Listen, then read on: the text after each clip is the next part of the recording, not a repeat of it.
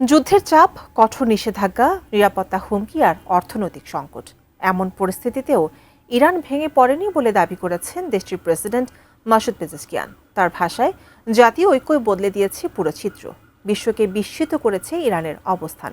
বিস্তারিত ডেস্ক রিপোর্টে। যুদ্ধ, নিষেধাজ্ঞা আর নানা ধরনের চাপের মধ্যেও ইরান আরও শক্তিশালী হয়ে উঠেছে, এমন দাবি করেছেন দেশটির প্রেসিডেন্ট মাসুদ পেজেশকিয়ান। 23 আগস্ট তেহরানে আয়োজিত সরকার সপ্তাহ কর্মসূচির উদ্বোধনী অনুষ্ঠানে তিনি এ দাবি করেন। ইরানের বিরুদ্ধে সামরিক, অর্থনৈতিক ও নিরাপত্তা চাপ অব্যাহত থাকার পরেও তারা ভেঙে না পড়ে দৃঢ়তা দেখিয়েছেন বলেও মন্তব্য করেন পেজেশকিয়ান। ইরানের রাষ্ট্রীয় সংবাদ সংস্থা ইসলামিক রিপাবলিক নিউজ এজেন্সি ইরনা জানায়, পেজেশকিয়ানের মতে শত্রুপক্ষের ধারণা ছিল চাপের মুখে দেশটি দুর্বল হয়ে পড়বে, কিন্তু বাস্তবে দেখা গেছে ভিন্ন চিত্র। দেশের মানুষ কঠিন সময়েও একসঙ্গে থেকেছে, সেই ঐক্যই অনেক পরিকল্পনা ভেস্তে দিয়েছে। মার্কিন প্রেসিডেন্ট ডোনাল্ড ট্রাম্পের কঠোর নিষেধাজ্ঞার প্রসঙ্গও তুলে আনেন ইরানের প্রেসিডেন্ট।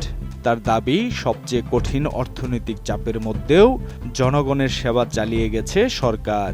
পাশাপাশি অর্থনৈতিক সমস্যার সমাধানেও কাজ চলছে। নতুন বাংলাদেশ গড়তে এলো জুলফিকার স্টিল। জুলফিকার স্টিল।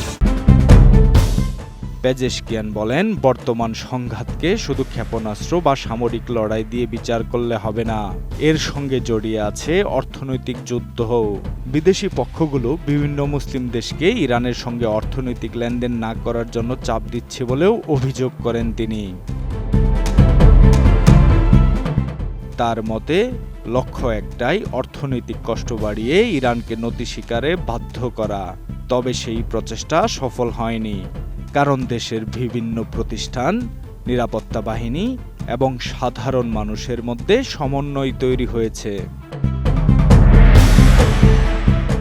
এ সময় সরকার বিরোধী নাগরিকদেরও ধন্যবাদ জানান পেজেশকিয়ান। তিনি বলেন, মতের পার্থক্য থাকলেও সংকটের সময় সবাই দেশের পাশে দাঁড়িয়েছে। জাতীয় স্বার্থের প্রশ্নে এই অবস্থান গুরুত্বপূর্ণ ভূমিকা রেখেছে। ইরানের প্রেসিডেন্ট আরও বলেন, দেশের শক্তি নির্ভর করে ঐক্য, পরামর্শ, দক্ষতা এবং সমন্বিত সিদ্ধান্তের ওপর।